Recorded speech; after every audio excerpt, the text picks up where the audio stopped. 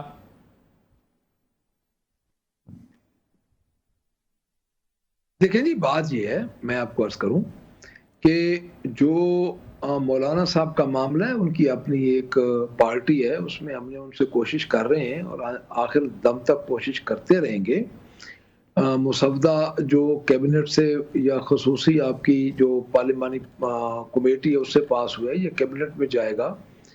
تو اب بات یہ ہے کہ اس میں اب ہم یہ نہیں کہہ سکتے کہ مولانا صاحب اس پہ کیا سوچ رہے ہیں، لیکن میرا خیال ہے کہ ان کے والد صاحب مرحوم جو مولانا مفتی محمود صاحب تھے، انہوں نے 73 کے آئین پہ سگنیچر کیے تھے اور اس میں ان کا بڑا کلیدی کردار تھا۔ تو میرا نہیں خیال کہ 73 کے آئین کی روح کو مولانا صاحب سبوتاج ہونے دیں گے، کیونکہ اس کے کانٹینٹس میں بدنیتی شامل ہے، میلا فائڈی شامل ہے، مخصوص ٹولہ ایک ایسا نظام لانا چاہتا ہے جس کے ذریعے وہ من مرضی کے فیصلے لے سکے, اپنی مرضی کے ججز کو لے کے آئے, تو میرا نہیں خیال, یہ میری ذاتی رائے ہے, باقی تو ان کا اپنا فیصلہ ہے, ان کی اپنی جماعت ہے, میرا نہیں خیال کہ اس دفعہ وہ رانگ سائڈ پہ جائیں گے. اچھا وہ انشاءاللہ.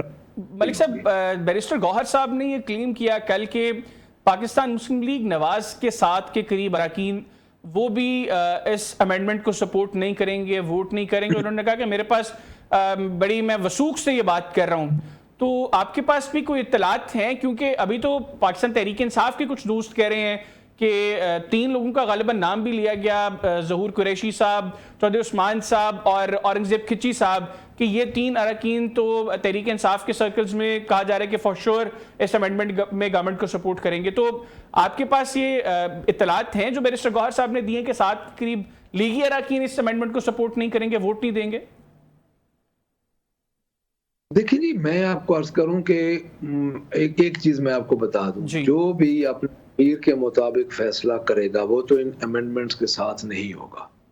جو فیصلہ کرے گا دباؤ پہ, جو فیصلہ کرے گا کسی کی خوش ندی کے لیے, ان کے کانشیس میں یہ ضرور رہے گا کہ میں نے غلط فیصلہ کیا ہے, پہلی بات. دوسری بات یہ ہے کہ اس وقت فسطائیت اور دباؤ اتنا زیادہ ہے, اور دباؤ اس وقت سیاسی جماعت کا بھی ہے اور اسٹیبلشمنٹ کا بھی ہے, دونوں کا ہے اس امینڈمنٹ کے لیے. تو ہمارے ایم این ایز کے جن کے بارے میں کوئی باتیں آ رہی ہیں, ابھی جب وہ کل سامنے آئے گا تو پتہ چل جائے گا. اب ہمیں تو بد اعتمادی نہیں کرنی چاہیے کہ ہمارے بھائی ہیں اور ہمارے ساتھ ہیں, ہمیں تو بھی ان کو اپنے ساتھ ہی کلیم کرنا چاہیے. ایک چیز ہے کل سامنے آ جائے گی, لیکن ایک چیز میں آپ کو بتا دوں, ایم این ایز کو لوٹا بنا کے ان کے پولیٹیکل کیریئر کو ختم کر کے آپ خود ایک سمجھدار اینکر ہیں, آپ کو سارا کچھ پتہ ہے, اونچ نیچ کا بھی پتہ ہے. آپ مجھے یہ بتائیں گے یہ کیا حاصل کر لیں گے؟ یہ چیلنج ہو جائے گا, اس کی کریڈیبلٹی کیا ہوگی, یہ 73 کے آئین کے ساتھ کرنے کیا جا رہے ہیں.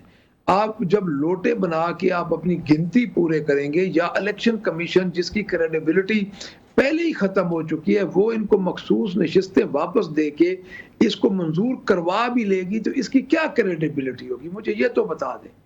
یعنی کیا یہ ٹرو سپیرٹ ہوگی؟ کیا یہ آپ سمجھتے ہیں کہ اس پارلیمنٹ کے پاس, ہم تو یہ سمجھتے ہیں کہ یہ پارلیمنٹ ہے ہی فارم 47 کی, لیکن کیا یہ سمجھتے ہیں کہ اس پارلیمنٹ کے پاس اتنا اختیار ہے کہ بندے توڑ کے, کوئی کدھر سے ملا کے, کوئی کدھر سے ملا کے, تو یہ بندے ملا کے اور اس امینڈمنٹ کو یہ کریں اور اس امینڈمنٹ کو کروا کے یہ پھر شادیانے بچائیں؟ دیکھیں یہ کیا لوگوں کے گھروں میں گھس کے, لوگوں کی فیملیز کو اغوا کر کے, آنریبل ایم پی ایز ہیں, ایک عزت دار گھروں کے سب لوگ ہیں, ان کے گھروں میں گھس کے اور ان کی فیکٹریاں توڑ کے, ان کے یہ سارا کر کے اگر یہ امینڈمنٹ کروا بھی لیتے ہیں, مجھے ایک منٹ کے لیے ان کا کیا چہرہ جائے گا پاکستان کا پوری دنیا میں؟ مجھے یہ بتا دیں. چلیں سر, یہ تو ایک سائڈ ہوگی نا کہ آپ لوگوں کو بھی انڈرسٹینڈنگ ہے کہ آپ کے اراکین کو جو ہے وہ مینٹلی توڑنے کی کوشش کی جا رہی ہے, ان کو خریدنے کی کوشش کی جا رہی ہے.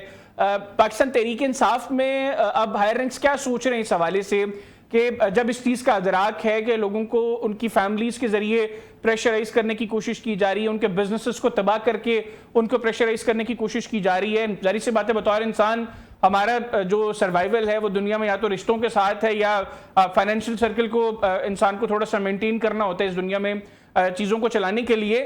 تو اگر ان دونوں کے ذریعے کوئی پریشرائز ہو رہا ہے اور تحریک انصاف میں بھی لوگوں کو پتہ ہے کہ اس کو اس وجہ سے پریشرائز کیا گیا ہے, اس کا پارٹی میں پھر مستقبل کیا ہوگا؟ فار انسٹنس پریشر میں کسی نے ووٹ دے دیا ہے تو پارٹی کیا جائے گی پھر اس کے خلاف آپ جو ہیں وہ ڈی سیٹ کرنے کے لیے؟ دیکھیں جی, بات یہ ہے کہ وہ تو بڑی لمبی بات ہے. اس وقت جو آپ بات کر رہے ہیں یہ دونوں باتیں چل رہی ہیں. فائنینشیل بھی ڈی اسٹیبلائز کیا جا رہا ہے اور اخلاقی طور پہ فیملیز کو ہراساں بھی کیا جا رہا ہے. یہ دونوں چیزیں چل رہی ہیں اور یہ پاکستان میں پہلی دفعہ ہو رہا ہے.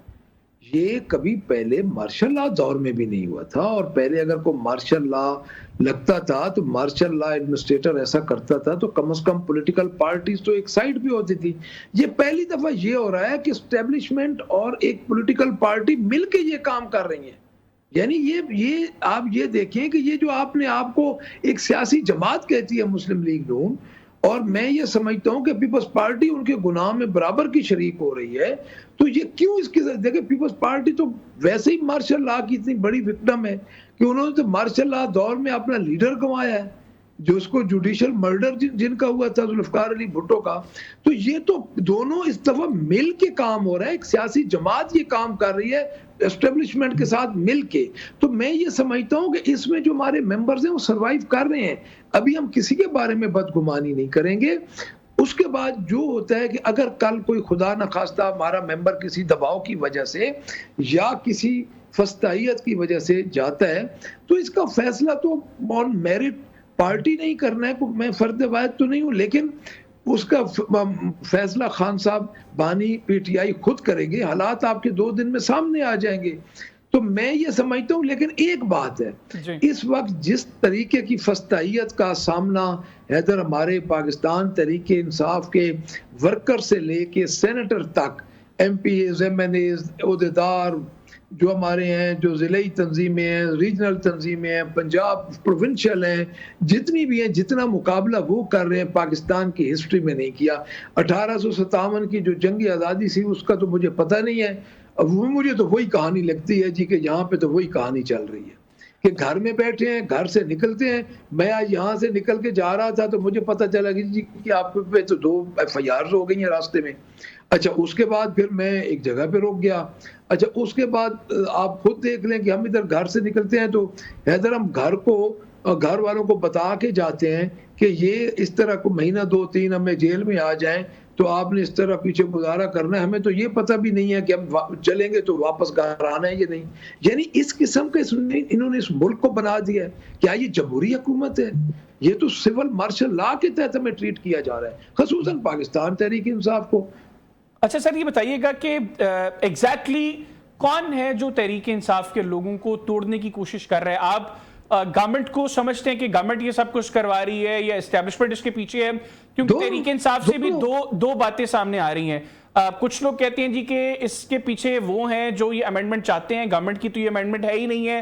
دوسری اپروچ یہ ہے کہ نہیں جی اس کے پیچھے اسٹیبلشمنٹ نہیں ہے، یہ جو ہے یہ کمپلیٹلی صرف گورنمنٹ کا سارا پلان ہے. تو جن لوگوں نے اپروچ کیا آپ کے اراکین کو فار اینی سیک، مطلب ان کی فیملیز کو تنگ کر کے، ان کے بزنسز کو تنگ کر کے، یا ان کو فائنینشلی جو ہے وہ کوئی رشوت دینے کی آفر ہوئی، تو وہ کس اینڈ سے اپروچ کیا گیا ہے؟ گورنمنٹ اینڈ سے یا اسٹیبلشمنٹ سے کسی نے اپروچ کیا ان کو؟